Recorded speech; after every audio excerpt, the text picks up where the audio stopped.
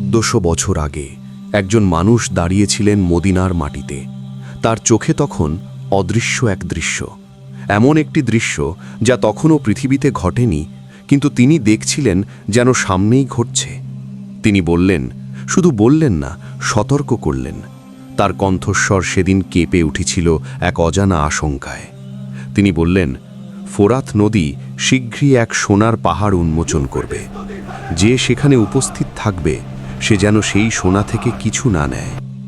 সাহাবারা চুপ করে শুনছিলেন। কেউ বুঝতে পারছিলেন না ফোরাত নদী আর সোনার পাহাড়ের সম্পর্ক কি। কিন্তু তিনি থামলেন না, আবার বললেন, সেই সোনার জন্য প্রতি 100 জনের মধ্যে 99 জন মারা যাবে, আর প্রত্যেকেই ভাববে সেই বাঁচবে। সেদিন কেউ কল্পনাও করেনি যে এই কথাগুলো একদিন সংবাদপত্রের শিরোনাম হবে। কেউ ভাবেনি যে এই ভবিষ্যৎবাণী কোনো একদিন গুগল ম্যাপে চিহ্নিত একটি জায়গার সাথে মিলে যাবে। কিন্তু আজ, ঠিক আজকের পৃথিবীতে দাঁড়িয়ে সেই মুহূর্ত এসে গেছে। ফোরাত, এই নামটা শুনলে অনেকের মনে হয়তো শুধু একটি নদীর ছবি ভাসে। কিন্তু যারা ইতিহাস জানেন, যারা কুরআন ও হাদিসের গভীরে ডুব দিয়েছেন, তারা জানেন এই নদীর নামের সাথে জড়িয়ে আছে এক রহস্যময় ভবিষ্যৎ। ফোরাত শুধু একটি নদী নয়, এটি একটি চিহ্ন, একটি সংকেত। কেয়ামতের আগে পৃথিবীতে যে মহা পরিবর্তন আসবে তার একটি জীবন্ত প্রমাণ। তুরস্কের পাহাড় থেকে জন্ম নিয়ে সিরিয়া ও ইরাকের বুক চিরে প্রবাহিত এই নদী আজ শুকিয়ে আসছে, ধীরে ধীরে, অপ্রতিরোধ্যভাবে। আর সেই শুকানোর সাথে সাথে মাটির নিচ থেকে বেরিয়ে আসছে যা কেউ কখনো কল্পনা করেনি। 2023 সালের কথা বলছি। ইরাকের দক্ষিণাঞ্চলে ফোরাত নদীর পানির স্তর এতটাই নেমে গিয়েছিল যে শতাব্দীর পর শতাব্দী ধরে ডুবে থাকা জমি হঠাৎ মাথা তুলে দাঁড়ালো। জেলেরা সেদিন সকালে নৌকা নিয়ে বেরিয়েছিল, কিন্তু নদীতে পানি নেই, আছে শুধু ভেজা কাদামাটি আর তার নিচে লুকিয়ে থাকা অজানা রহস্য। একজন বৃদ্ধ জেলে, নাম তার আবু সালেম, সে সেদিন কাদার মধ্যে হাঁটছিল। হঠাৎ তার পা কিছু একটায় ঠেকল, শক্ত, ধাতব। সে নিচু হয়ে হাত দিয়ে কাদা সরাতে লাগল। আর যখন সে দেখল, তার হাত কাঁপতে শুরু করল। একটি প্রাচীন মুদ্রা, সোনার, তারপর আরেকটি। সে চিৎকার করে উঠল, আর মুহূর্তের মধ্যে আশেপাশের গ্রামের লোকজন ছুটে এলো। সেই দিনটির পর থেকে ইরাকের সেই অঞ্চলে যা শুরু হলো তা কোনো সাধারণ ঘটনা নয়। হাজার হাজার মানুষ জড়ো হতে লাগল ফোরাতের শুকনো তীরে। কেউ হাত দিয়ে খুঁড়ছে, কেউ বেলচা নিয়ে এসেছে, কেউ বা আবার আধুনিক যন্ত্রপাতি নিয়ে হাজির। সরকারি বাহিনী এলো, কিন্তু ভিড় সামলানো গেল না। কারণ মানুষের চোখে তখন একটাই স্বপ্ন, সোনা। আর সেই স্বপ্নের আগুনে পুড়ে যাচ্ছিল বিবেক, সম্পর্ক, ভয়, সব কিছু। আবু সালেম পরে বলেছিল, আমি যখন প্রথম মুদ্রাটা দেখলাম তখন মনে হয়েছিল এটা আল্লাহর নেয়ামত। কিন্তু পরে যখন মানুষ মারামারি শুরু করল তখন বুঝলাম এটা নেয়ামত নয়, এটা পরীক্ষা। কিন্তু বেশিরভাগ মানুষ সেই পরীক্ষায় ফেল করল। সেই ভিড়ের মধ্যে মারা গেল কয়েকজন, পদপিষ্ট হয়ে, ছুরি কাঠে, বন্দুকের গুলিতে। কিন্তু এখানেই শেষ নয়। এই ঘটনা যখন আন্তর্জাতিক মিডিয়ায় আসতে শুরু করল, তখন পর্দার আড়াল থেকে নড়ে চড়ে বসল এমন কিছু শক্তি যারা এই সোনার কথা অনেক আগে থেকেই জানত। বছরের পর বছর ধরে স্যাটেলাইট ছবি বিশ্লেষণ করে, ভূগর্ভস্থ জরিপ চালিয়ে তারা জানত ফোরাতের তলায় কি আছে। আর সেই শক্তির নাম আমেরিকা। হ্যাঁ, সেই আমেরিকা যে 2003 সালে ইরাকে ঢুকেছিল গণতন্ত্র দেবার নামে। সেই আমেরিকা যার সৈন্যরা ইরাকের জাদুঘর লুট হতে দেখেছিল এবং থামায়নি। সেই আমেরিকা যে আজও ইরাকের মাটিতে ঘাঁটি গেড়ে বসে আছে। প্রশ্ন হলো, কেন? শুধুই কি তেলের জন্য, নাকি অন্য কিছু? 2024 সালে একটি মার্কিন ভূতাত্ত্বিক জরিপ রিপোর্ট ফাঁস হয়। সেই রিপোর্টে বলা হয়, ফোরাত নদীর তলদেশে এবং আশেপাশের অঞ্চলে বিশাল পরিমাণ খনিজ সম্পদ রয়েছে, যার মধ্যে সোনার মজুদও আছে। রিপোর্টটি তৈরি হয়েছিল 2008 সালে, মানে ইরাক দখলের মাত্র 5 বছর পর, আর এটি গোপন রাখা হয়েছিল 15 বছরেরও বেশি সময়। যখন এই তথ্য প্রকাশ পেল তখন পৃথিবীর বিভিন্ন প্রান্তে ইসলামিক স্কলাররা চমকে উঠলেন, কারণ তারা একটি হাদিসের কথা মনে করলেন। সেই হাদিস যা 1400 বছর আগে বলা হয়েছিল। আর এখন মনে হচ্ছে সেই হাদিসের প্রতিটি শব্দ যেন একটি একটি করে সত্যি হচ্ছে। হাদিসটির কথায় আসা যাক। সাহি বুখারী ও সাহি মুসলিমে বর্ণিত এই হাদিসে রাসূলুল্লাহ সাল্লাল্লাহু আলাইহি ওয়াসাল্লাম বলেছেন, কিয়ামত আসবে না যতক্ষণ না ফোরাত নদী একটি সোনার পাহাড় উন্মোচন করবে। মানুষ তার জন্য যুদ্ধ করবে। প্রতি 100 জনের মধ্যে 99 জন মারা যাবে, আর প্রত্যেকে বলবে, আশা করি আমিই বাঁচব। এই হাদিসটি পড়লে শরীরে কাঁটা দেয়, কারণ এখানে 3টি জিনিস বলা হয়েছে। 1, ফোরাত শুকাবে। 2, সোনা বের হবে। 3, সেই সোনার জন্য ভয়াবহ যুদ্ধ হবে। আর আজকের পৃথিবীতে তাকালে দেখা যাচ্ছে প্রথম দুটো ঘটনা ইতিমধ্যেই শুরু হয়ে গেছে, তাহলে তৃতীয়টা কি খুব বেশি দূরে? কিন্তু এই পুরো ছবির সবচেয়ে ভয়াবহ অংশটা এখনও বলা হয়নি। ফোরাতের সোনা শুধু মাটির নিচে নেই, এই সোনার গল্পের সাথে জড়িয়ে আছে একটি বৈশ্বিক ষড়যন্ত্র, একটি শতাব্দীর পরিকল্পনা, আর একটি জাতির অস্তিত্বের লড়াই।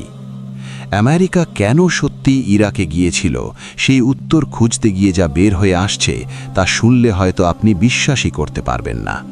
এবং সেই উত্তরের সাথে যুক্ত হয়েছে এমন কিছু দলিল, এমন কিছু তথ্য যা পৃথিবীর সবচেয়ে শক্তিশালী দেশটির সবচেয়ে লুকানো রহস্য ফাঁস করে দেয়। একটা মিথ্যা যখন যথেষ্ট বড় হয় তখন সেটা সত্যের মতো শোনায়, আর একটা সত্য যখন যথেষ্ট বিপজ্জনক হয় তখন সেটাকে কবর দিয়ে রাখা হয়, গভীরে, অন্ধকারে, যেখানে সাধারণ মানুষের হাত পৌঁছায় না। 2003 সালের মার্চ মাসে আমেরিকা যখন ইরাকে ঢুকল, তখন পৃথিবীর সামনে একটাই কারণ দেখানো হয়েছিল। সাদ্দাম হোসেনের কাছে আছে ওয়েপন অফ মাস ডিস্ট্রাকশন, রাসায়নিক অস্ত্র, জৈব অস্ত্র, পারমাণবিক বোমার উপকরণ। কলিন পাওয়েল জাতিসংঘের নিরাপত্তা পরিষদে দাঁড়িয়ে হাতে একটি শিশি তুলে ধরে বললেন, এই হলো প্রমাণ। পৃথিবী দেখল, মিডিয়া সম্প্রচার করল, আর তারপর যুদ্ধ শুরু হলো। কিন্তু যুদ্ধ শেষে যখন সেই অস্ত্র খোঁজা হলো, পাওয়া গেল না, একটিও না, কারণ সেই অস্ত্র কখনো ছিলই না। মিথ্যাটা ছিল, কিন্তু কারণটা ছিল অন্য কোথাও। তাহলে সত্যিকারের কারণ কি ছিল? এই প্রশ্নের উত্তর খুঁজতে গিয়ে গবেষকরা, সাংবাদিকরা আর ইতিহাসবিদরা যা বের করেছেন তার একটি অংশ এখন প্রকাশ্যে, আর একটি অংশ এখনো অন্ধকারে। যেটুকু আলোতে এসেছে সেটাই যথেষ্ট চমকে দেওয়ার মতো। প্রথমত, তেল। হ্যাঁ, তেল তো ছিলই। ইরাকের মাটির নিচে পৃথিবীর দ্বিতীয় বৃহত্তম তেলের মজুদ। কিন্তু শুধু তেল না, কারণ তেলের জন্য যুদ্ধ করতে হলে আমেরিকাকে এতদিন ইরাকে থাকতে হতো না। তেল বের করে নিয়ে চলে যাওয়াই যথেষ্ট হতো। কিন্তু আমেরিকা থেকে গেল কেন? এই কেনর উত্তর খুঁজতে গিয়ে সামনে আসে একটি নাম, প্রজেক্ট ফোরাত। প্রজেক্ট ফোরাত কোনো অফিসিয়াল নাম নয়, এটি একটি কোড নেম যা প্রথমবার সামনে আসে 2010 সালে, যখন উইকিলিক্স একগুচ্ছ মার্কিন কূটনৈতিক তার ফাঁস পারে। সেই তারগুলোর মধ্যে একটিতে উল্লেখ ছিল ফোরাত নদীর তীরবর্তী অঞ্চলে স্ট্র্যাটেজিক মিনারেল সার্ভে পরিচালনার কথা। মার্কিন ভূতাত্ত্বিক জরিপ সংস্থা USGS গোপনে ইরাকে কাজ করছিল, ইরাকি সরকারের অনুমতি ছাড়াই, মার্কিন সামরিক ছত্রছায়ায়। তারা কি খুঁজছিল? সোনা, তামা, জিঙ্ক, ফসফেট এবং আরও কিছু যার নাম সেই তারে সরাসরি লেখা ছিল না। কিন্তু যারা সেই ডকুমেন্ট পড়েছেন তারা বলছেন পরোক্ষ ইঙ্গিতগুলো যথেষ্ট স্পষ্ট। ফোরাতের তলায় যা আছে তা শুধু প্রাচীন মুদ্রা নয়, তা এক বিশাল খনিজ ভাণ্ডার যার আর্থিক মূল্য কল্পনাতীত। এখন একটু পেছনে ফিরে যাওয়া দরকার। ইরাক একটি প্রাচীন ভূমি, মেসোপটেমিয়া, যাকে বলা হয় সভ্যতার আতুরঘর। ফোরাত ও দজলা, এই দুটি নদীর মাঝখানে গড়ে উঠেছিল মানব ইতিহাসের প্রথম শহরগুলো। সুমেরীয়, আক্কাদীয়, ব্যাবিলনীয়, আব্বাসীয়, একের পর এক সভ্যতাই ভূমিতে জন্ম নিয়েছে, সোনা রূপো হীরায় ঢেকে দিয়েছে এই মাটিকে, আর তারপর বিলীন হয়ে গেছে। হাজার বছরের সেই সম্পদ কোথায় গেল? অনেকটাই মাটির নিচে, নদীর গর্ভে। আর ফোরাত যখন শুকাতে শুরু করল, তখন সেই ইতিহাস ধীরে ধীরে মাথা তুলতে লাগল। আবু সালেমের সেই সোনার মুদ্রা কোনো বিচ্ছিন্ন ঘটনা নয়, সেটা ছিল একটি বিশাল ধাঁধার প্রথম টুকরো। 2003 সালে মার্কিন বাহিনী যখন বাগদাদে ঢুকল তখন ইরাকি জাদুঘর লুট হল। পৃথিবীর ইতিহাসের অন্যতম মূল্যবান সংগ্রহ 15,000-এরও বেশি প্রত্নবস্তু রাতারাতি উধাও হয়ে গেল। মার্কিন সৈন্যরা পাশে দাঁড়িয়ে থাকল কিন্তু থামালো না। কেন? এই প্রশ্নটা তখন অনেকে করেছিল, উত্তর পাওয়া যায়নি। কিন্তু পরে যখন সেই লুট হওয়া জিনিসগুলোর তালিকা বিশ্লেষণ করা হলো তখন একটি অদ্ভুত প্যাটার্ন বের হয়ে এলো। যেগুলো নেওয়া হয়েছিল তার বেশিরভাগই ছিল প্রাচীন মানচিত্র, মাটির ফলক আর সেই সব নথি যেগুলোতে মেসোপটেমিয়ার ভূগর্ভস্থ সম্পদের বিবরণ ছিল। প্রত্নতত্ত্ববিদরা বললেন এই লুটপাট এলোমেলো ছিল না, এটা ছিল পরিকল্পিত। কেউ জানতো কোনটা নিতে হবে। এই তথ্যগুলো যখন একসাথে জোড়া লাগানো যায় তখন একটি ছবি স্পষ্ট হয়ে ওঠে। আমেরিকা ইরাকে গিয়েছিল শুধু তেলের জন্য নয়, গিয়েছিল একটি দীর্ঘমেয়াদী সম্পদ অধিগ্রহণের পরিকল্পনা নিয়ে। আর সেই পরিকল্পনার কেন্দ্রে ছিল ফোরাত নদী এবং তার আশেপাশের অঞ্চল। 2008 সালের সেই গোপন জরিপ রিপোর্ট যা 2024 সালে ফাঁস হয়েছে তাতে বলা হয়েছে যে শুধু ফোরাত অববাহিকায় সোনার আনুমানিক মজুদ 30,000 টনেরও বেশি হতে পারে। 30,000 টন সোনা। বর্তমান বাজার মূল্যে এর দাম কত জানেন? প্রায় $2 ট্রিলিয়ন। 2 ট্রিলিয়ন, এই সংখ্যাটা মাথায় ধরে না, কিন্তু এই সংখ্যাটাই ব্যাখ্যা করে কেন আমেরিকা এখনও ইরাকে আছে, কেন তারা যাচ্ছে না, কেন প্রতিটি ইরাকি সরকারের ওপর চাপ থাকে, নিয়ন্ত্রণ থাকে। কিন্তু এখানে আরেকটি মাত্রা যোগ হয়, আর এটাই সবচেয়ে গুরুত্বপূর্ণ। ফোরাকের পানি কমছে কেন? এটা কি শুধু জলবায়ু পরিবর্তনের কারণ? না, তুরস্ক ফোরাতের ওপরে বিশাল বাঁধ তৈরি করেছে, আতাতুর্ক বাঁধ, যা ফোরাতের পানি প্রবাহ 40%-এরও বেশি কমিয়ে দিয়েছে। আর তুরস্ক এই বাঁধ তৈরি করেছে মার্কিন সহায়তায়, মার্কিন প্রযুক্তিতে। ইরাক প্রতিবাদ করেছে বারবার, জাতিসংঘে গেছে, আন্তর্জাতিক আদালতে গেছে, কিন্তু কোনো লাভ হয়নি। কারণ যে শক্তির বিরুদ্ধে ইরাক লড়ছে সেই শক্তি আন্তর্জাতিক আইনের ঊর্ধ্বে। আর পানি কমার সাথে সাথে নদীর তলদেশ বের হচ্ছে, আর সেই তলদেশেই আছে সেই সোনা, সেই খনিজ, সেই সম্পদ যার দিকে তাকিয়ে আছে পৃথিবীর সবচেয়ে লোভী চোখগুলো। এখন সবচেয়ে গুরুত্বপূর্ণ প্রশ্নটা করা যাক, এই পুরো ঘটনার সাথে নবীজি সাল্লাল্লাহু আলাইহি ওয়াসাল্লামের ভবিষ্যৎবাণীর সম্পর্ক কোথায়? সম্পর্ক হলো, হাদিসে বলা হয়েছে এই সোনার জন্য যুদ্ধ হবে, আর সেই যুদ্ধ শুধু তলোয়ার দিয়ে হয় না, যুদ্ধ হয় রাজনীতিতে, অর্থনীতিতে, কূটনীতিতে। আমেরিকা ইরাকে যা করছে তাই সেই যুদ্ধ, শুধু তার রূপটা আধুনিক। বন্দুকের বদলে স্যাংশন, সৈন্যের বদলে চুক্তি, দখলের বদলে উপদেষ্টা মিশন, কিন্তু লক্ষ্য একই, ফোরাতের সম্পদ। আর এই লক্ষ্যের পথে যারা বাধা হয়ে দাঁড়িয়েছে তাদের পরিণতি কি হয়েছে? সাদ্দাম হুসেনকে দেখুন, মুয়াম্মার গাদ্দাফিকে দেখুন, যিনি তেল ডলারের বদলে সোনার দিনার চালু করতে চেয়েছিলেন।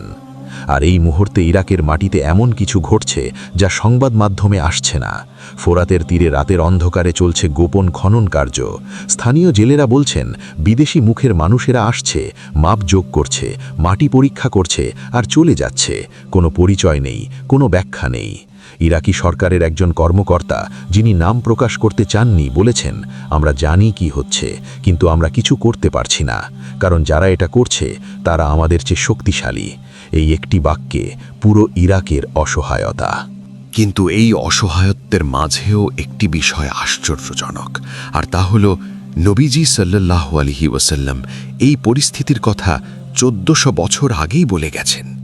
তিনি শুধু সোনার কথা বলেননি, বলেছেন মানুষের প্রতিক্রিয়ার কথা, বলেছেন লোভের কথা, বলেছেন ধ্বংসের কথা। আর আজ যখন সেই দৃশ্য চোখের সামনে সত্যি হচ্ছে, তখন একজন বিশ্বাসীর হৃদয়ে যে অনুভূতি জাগে তা শুধু ভয় নয়, তা একটি গভীর নিশ্চয়তা। নিশ্চয়তা এই যে আল্লাহর নবী যা বলেছেন তার একটি শব্দ মিথ্যা নয়। কিন্তু ভবিষ্যৎবাণীর সবচেয়ে ভয়াবহ অংশটা এখনো আসেনি। হাদিসে বলা আছে এই সোনার কারণে যে যুদ্ধ হবে তাতে প্রতি 100 জনে 99 জন মারা যাবে। এই সংখ্যাটার মানে কি? এই যুদ্ধ কখন হবে, কোথায় হবে, আর সেই যুদ্ধের আগে পৃথিবীতে কি কি ঘটবে? সেই ঘটনাগুলো কি ইতিমধ্যে শুরু হয়ে গেছে? একটি সংখ্যা আছে, 99। এই সংখ্যাটা শুনতে সাধারণ লাগে, কিন্তু যখন এই সংখ্যার পাশে একটি শব্দ বসানো হয়, মৃত্যু, তখন এটা আর সাধারণ থাকে না। নবীজি সাল্লাল্লাহু আলাইহি ওয়াসাল্লাম বলেছেন, ফোরাতের সোনার জন্য যে যুদ্ধ হবে সেখানে প্রতি 100 জনের মধ্যে 99 জন মারা যাবে, শুধু একজন বাঁচবে। আর সেই একজনও মরতে মরতে বাঁচবে, কারণ সেও ভেবেছিল সোনাটা তার চাই। এই হাদিসটা পড়লে মাথা ঘুরে যায়, কারণ এটা শুধু একটি ভবিষ্যৎবাণী নয়, এটা মানব লোভের সবচেয়ে নির্মম পরিণতির বর্ণনা। আর আজকের পৃথিবীতে দাঁড়িয়ে যখন চারপাশে তাকাই, তখন মনে হয় সেই গণনা হয়তো অনেক আগেই শুরু হয়ে গেছে, আমরা শুধু বুঝতে পারিনি। ইরাকের আনবার প্রদেশের কথা বলি। ফোরাত নদীর পশ্চিম তীরে অবস্থিত এই প্রদেশটি গত 2 দশকে পরিণত হয়েছে একটি রক্তাক্ত যুদ্ধক্ষেত্রে। 2003 সালে আমেরিকার আগমনের পর থেকে এই প্রদেশে যা ঘটেছে তার একটি হিসাব যদি করা যায়, সংখ্যাটা দেখে বুক কেঁপে ওঠে। শুধু ফালুজার যুদ্ধেই মারা গেছে হাজার হাজার মানুষ, নারী, পুরুষ, শিশু, বৃদ্ধ। রাস্তায় পড়েছিল লাশ, নদীতে ভেসেছিল রক্ত। ফোরাতের পানি সেই সময় লাল হয়ে গিয়েছিল। স্থানীয়রা বলেন, সেই দৃশ্য দেখে মনে হয়েছিল যেন নদী যেন কাঁদছে। কিন্তু পৃথিবীর মিডিয়া তখন ব্যস্ত ছিল অন্য খবরে। ফোরাতের কান্না কেউ দেখেনি বা দেখতে চায়নি। ইরাকের আনবার প্রদেশের একজন বৃদ্ধ, নাম তার হারিস, তার সাক্ষাৎকার প্রকাশিত হয়েছিল একটি আরবি সংবাদ মাধ্যমে 2015 সালে। সে বলেছিল, আমি আমার স্বামীকে হারিয়েছি, 2 ছেলেকে হারিয়েছি, ভাইকে হারিয়েছি। সবাই এই নদীর কাছেই মরেছে। এই নদী আমাদের সব নিয়ে গেছে। তাকে জিজ্ঞেস করা হয়েছিল, কেন এই যুদ্ধ? সে একটু চুপ করে থেকে বলেছিল, আমি জানি না, কিন্তু আমার মরহুম স্বামী বলতেন এই নদীর নিচে কিছু একটা আছে, আর সেই কিছুর জন্যই সবাই আসছে।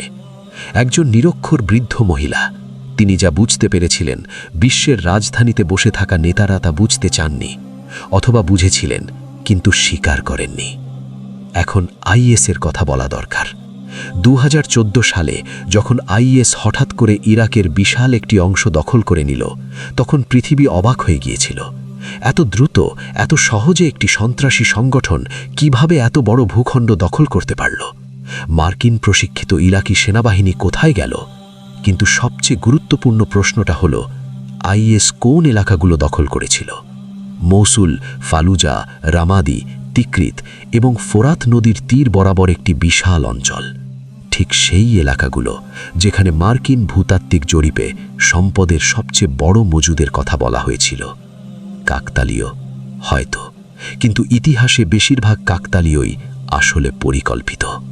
আইএস যখন ফোরাতের তীরবর্তী অঞ্চল দখলে রেখেছিল, তখন সেখানে কি হচ্ছিল? বাইরের পৃথিবী জানত হত্যা, নির্যাতন, ধ্বংস, কিন্তু ভেতরের খবর ছিল আলাদা। আইএস সেই অঞ্চলের প্রাচীন স্থাপত্যগুলো ধ্বংস করছিল। নিমরুদ, হাতরা, পালমিরা। পৃথিবী চিৎকার করে উঠেছিল, এত মূল্যবান ঐতিহ্য কেন ধ্বংস করা হচ্ছে? কিন্তু প্রশ্নটা উল্টো করা দরকার। ধ্বংস করার আগে কি কিছু সরানো হয়েছিল? প্রত্নতত্ত্ববিদরা যখন পরে সেই ধ্বংসস্তূপ পরীক্ষা করলেন, তখন দেখলেন যা ধ্বংস করা হয়েছে তার চেয়ে বেশি পরিমাণ জিনিস উধাও হয়ে গেছে। কোথায় গেল সেগুলো? ইন্টারপোলের রিপোর্টে বলা হয়, সেই প্রত্নবস্তুগুলো চোরাচালানের মাধ্যমে পৌঁছে গেছে ইউরোপ ও আমেরিকার বেনামি ক্রেতাদের কাছে। আইএস কি শুধু একটি সন্ত্রাসী সংগঠন ছিল, নাকি একটি পরিকল্পিত লুটপাটের আড়াল? এই প্রশ্নটা করলে অনেকেই বলবেন ষড়যন্ত্র তত্ত্ব, কিন্তু যখন তথ্য সামনে রাখা হয়, তখন ষড়যন্ত্র তত্ত্ব বলে উড়িয়ে দেওয়াটা কঠিন হয়ে পড়ে। 2016 সালে মার্কিন কংগ্রেসের একটি শুনানিতে একজন প্রাক্তন সিআইএ বিশ্লেষক রবার্ট বায়ার বলেছিলেন, ইরাকে আমাদের উপস্থিতির একটি অংশ সব সময় ছিল দীর্ঘমেয়াদী সম্পদ নিরাপত্তা নিশ্চিত করা। এটা কোনো গোপন কথা নয়। যারা সঠিক প্রশ্ন করেন তারা এই উত্তর পান। এই কথাটুকু শুনানির রেকর্ডে আছে, কিন্তু মূলধারার মিডিয়া এটা নিয়ে কোনো প্রতিবেদন করেনি। কারণ কিছু সত্য আছে যা বলা হলে অনেক মানুষ অস্বস্তিতে পড়েন। এখন ফিরে আসি হাদিসের সেই সংখ্যায়, 99। 2003 থেকে আজ পর্যন্ত ইরাকে কতজন মানুষ মারা গেছে? বিভিন্ন সংস্থার হিসাবে সংখ্যাটা 5 লাখ থেকে 10 লাখের মধ্যে, কিন্তু কিছু গবেষক বলছেন সরাসরি ও পরোক্ষ মৃত্যু মিলিয়ে সংখ্যাটা 20 লাখ ছাড়িয়ে যেতে পারে। 20 লাখ মানুষ, 20 লাখ পরিবার, 20 লাখ স্বপ্ন যা চিরতরে নিভে গেছে। আর এই 20 লাখের মৃত্যুর পেছনে কেন্দ্রীয় কারণ হিসাবে যদি ফোরাতের সম্পদকে রাখা হয়, তাহলে কি ভুল হবে? হাদিসের 99% মৃত্যুর কথা কি তাহলে শুধু একটি ভবিষ্যৎ ঘটনার ইঙ্গিত, নাকি একটি চলমান প্রক্রিয়ার বর্ণনা? কিন্তু হাদিসে আরও একটি কথা আছে যেটা প্রায় এড়িয়ে যাওয়া হয়।